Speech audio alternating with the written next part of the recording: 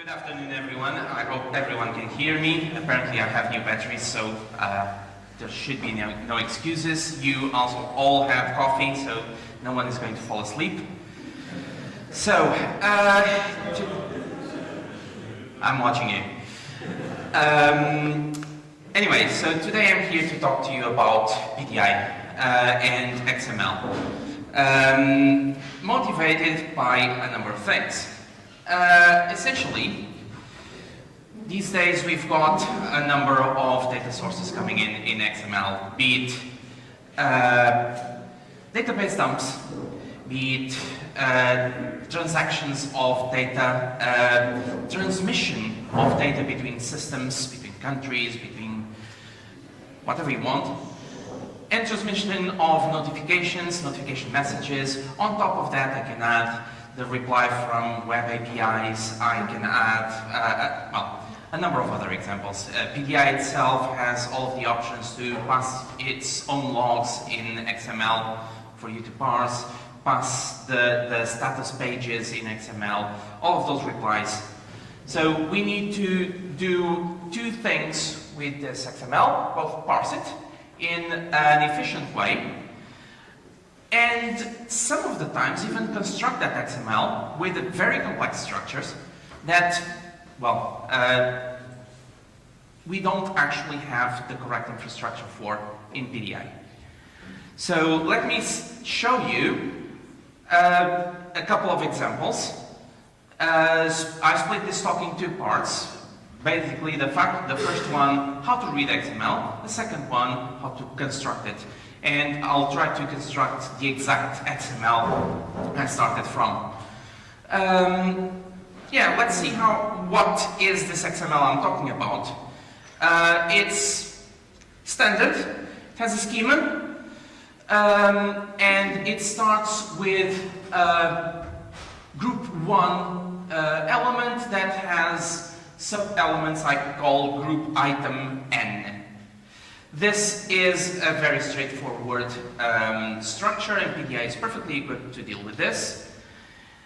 Notwithstanding the fact that we now have a duplication of group 1 item 3. And this starts to be a problem for PDI. Another type of structure we can have is a duplication of the groups themselves. Perfectly identified with IDs, maybe not the perfect way to identify these, but at least we can see that if we are parsing group 2 will have 2 entries, and I need to think about the data model that is going to support this type of things. Finally, I have the group 3, which is by far the most complex, and group 3, first, group 3 has 2 elements associated with it, distinct, but if you look at them, they don't have an ID at the top level group. So I'm going to struggle later on when I parse this to identify the contents uniquely. Secondly, the groups themselves have inside the subgroup 3.1, and this subgroup 3.1 itself is well identified, but it's a group within a group, it has repetitions, it has the whole thing.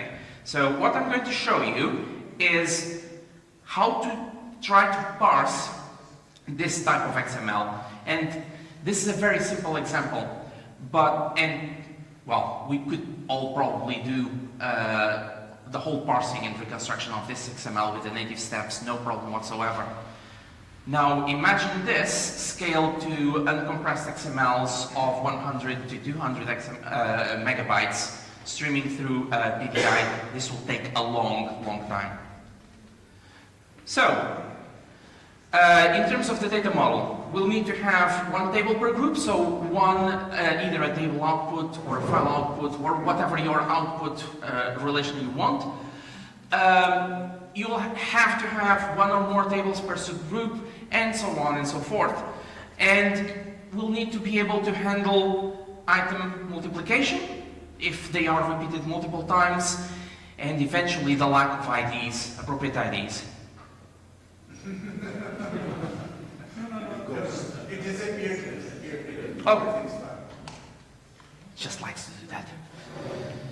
So, part 1 demonstration how to store the XML. So essentially what I'm going to show you is simply we do away with the read from XML step and do it ourselves, do it by hand. So we've got the stacks parser, stacks input parser, so which we are going to configure to have, and by the way, the example.xml is the exact same XML I showed you on the screen. We are going to output the description of the data type or the data type numeric, whichever you prefer, the element ID, the XML path on output, the data name and the data itself.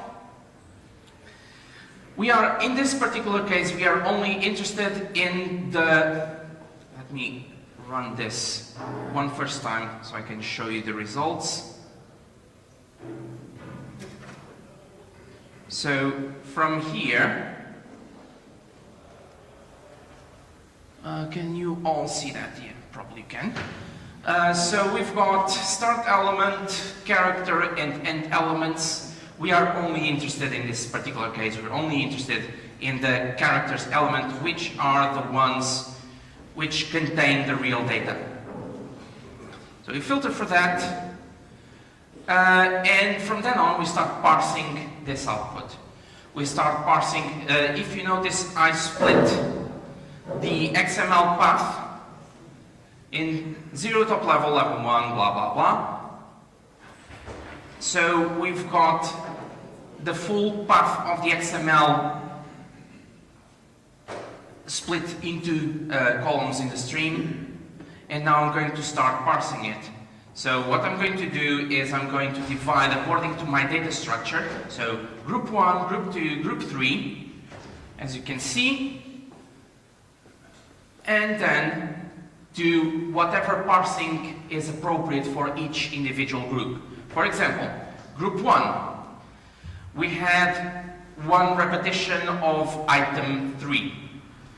There are many ways to tackle this. The particular way I did it in here is, well, we want to concatenate those two sets of data, those two items. This is appropriate, for example, for address line 1, address line 2, address line 3, but it would not be appropriate for numerical fields where you would want to have them separate. So you'd have to come up with your own strategy to store these individually. In this case, I'm just grouping by and concatenating with something. Group 2, not much to be done. Group 3, it had subgroups. So again, according to our data model, we'll have to split those groups again and treat them individually. In this case, we had not one group, we had one item and several groups repeated. In this case, I split the item into one branch, I split the group of elements into the other branch, and I parse them independently.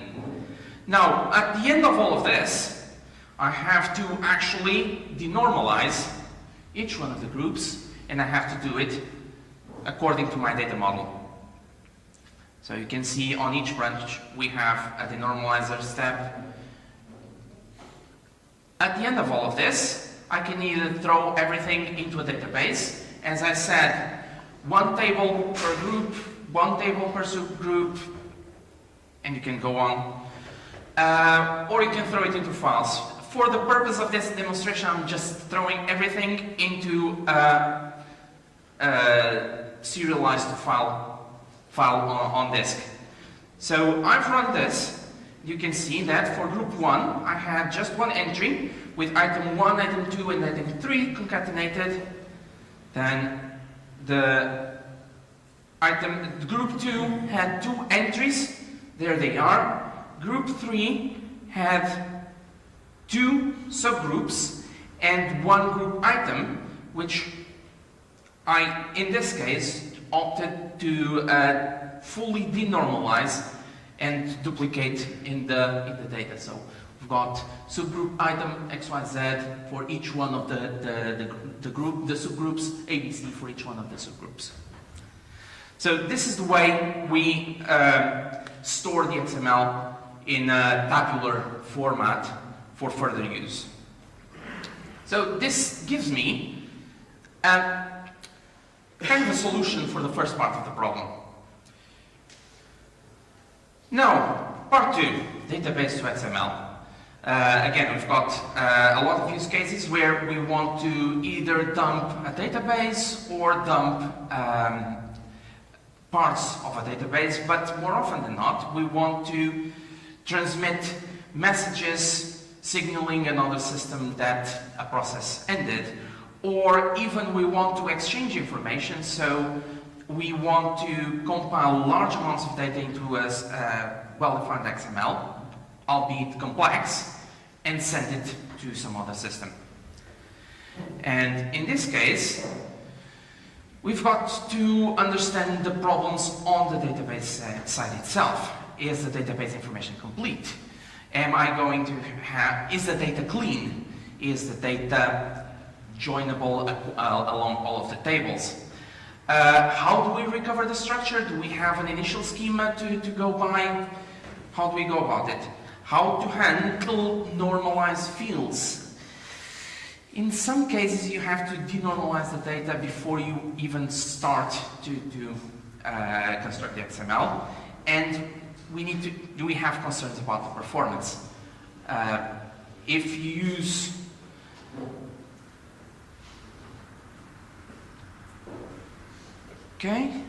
if you use some of the native steps, things can be a bit less than optimal. Not this one.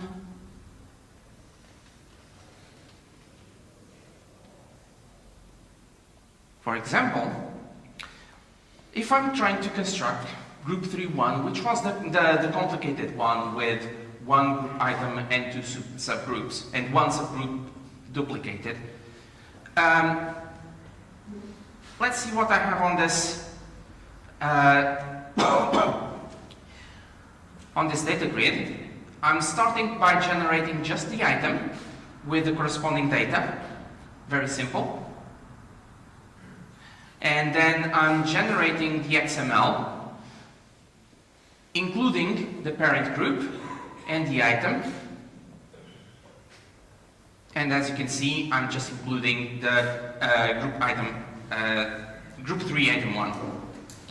Now, this is going to be my parent for group 3, and I want to generate also the subgroups. So I include the corresponding data on the data grid. Here I just invented values. Again, we generate the child group 3.1 with the fields coming from the data grid. And we run this.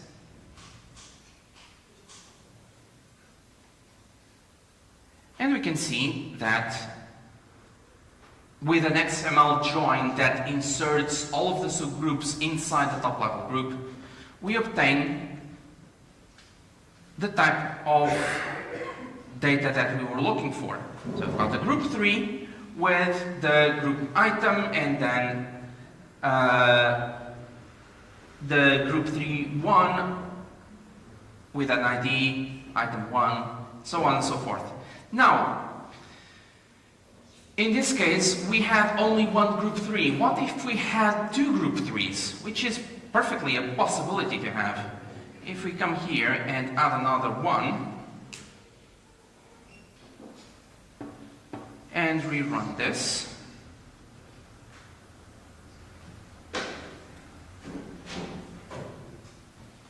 lo and behold, I still only have one row of XML, and this does not include the second group 3 that I was trying to include.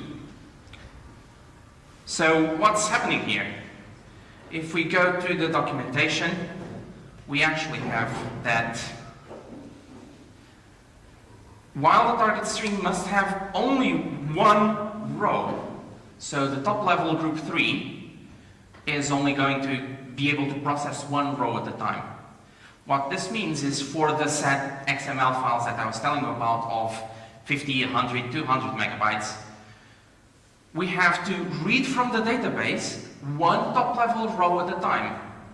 Imagine the impact if you have 1 million of set rows that you need to construct. You've had to make 1 million queries to the database. Maybe this is okay for some database. If you're taking this data out of Hadoop, well, this is going to take weeks. So, what did we do?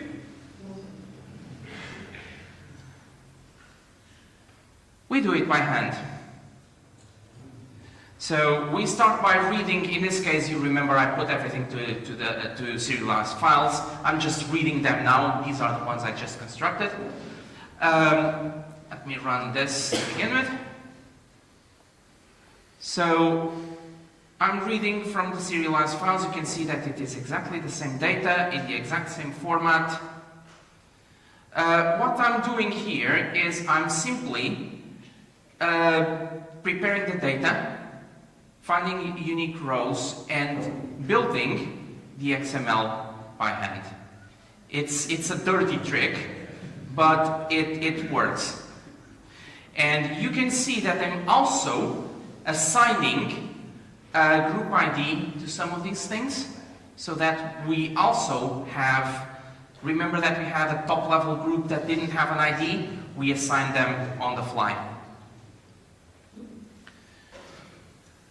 At the end of all of this, I'm collecting all of the snippets of XML that I tagged by using what order I want them to be in the final XML file.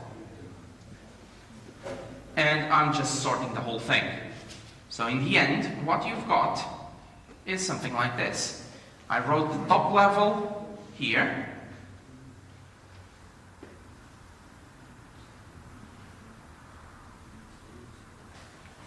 And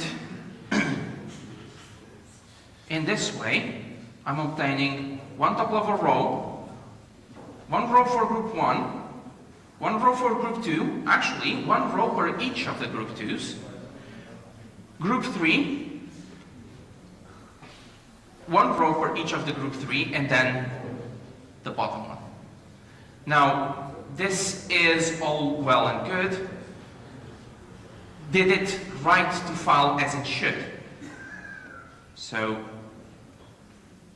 here's the exact output. I just opened the files. This is the input file, the example 1. This is the output file. Remember that I solved the problem of duplicated group 1 item 3 by concatenating it? Well, here it is, concatenated. And here you've got the entire file exactly like the one in origin. So this is how we solve the problem. This allows you to stream all of the data all at once for an entire file that you want to generate, and generate entire XML files at a time without the burden of having to go construct XML snippet, join, construct XML snippet. It reduces it to construct XML snippets one at a time, and then at the end just order them, which is something that PDI is fairly efficient at. So that's it. Conclusions. We solved the problem of efficient parsing using stacks and custom logic. We present a pattern to regenerate XML from a database. It's by no means perfect and can be severely improved, but we've got the basic pattern down. We expose challenges with the existing infrastructure, and definitely we need more efficient steps in PDI to handle XML, namely something that does exactly the reverse of what stacks does.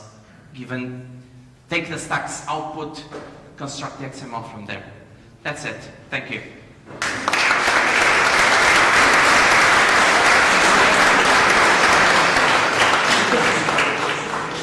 Yeah. Any questions for this? Yeah.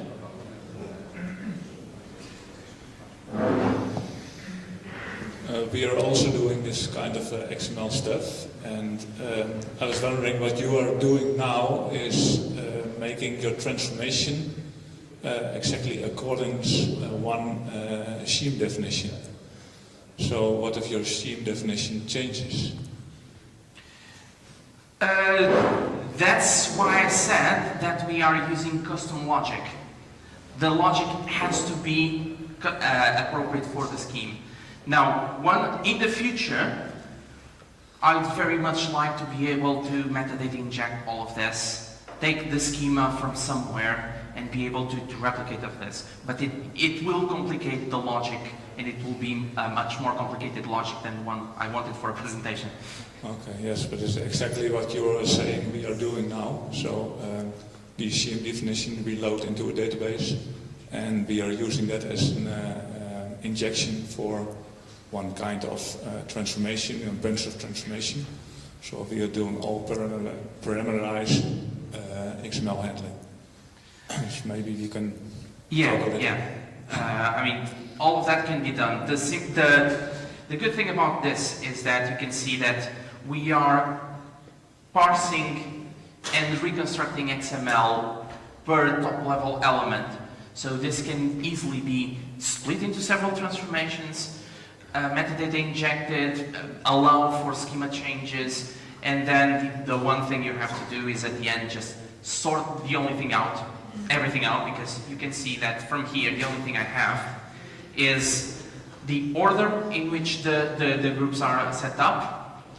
The internal order, I want them to be inside the XML and the XML snippet. So this is potentially, I wouldn't say easy, but doable to metadata inject and parameterize to get something absolutely generic. Okay.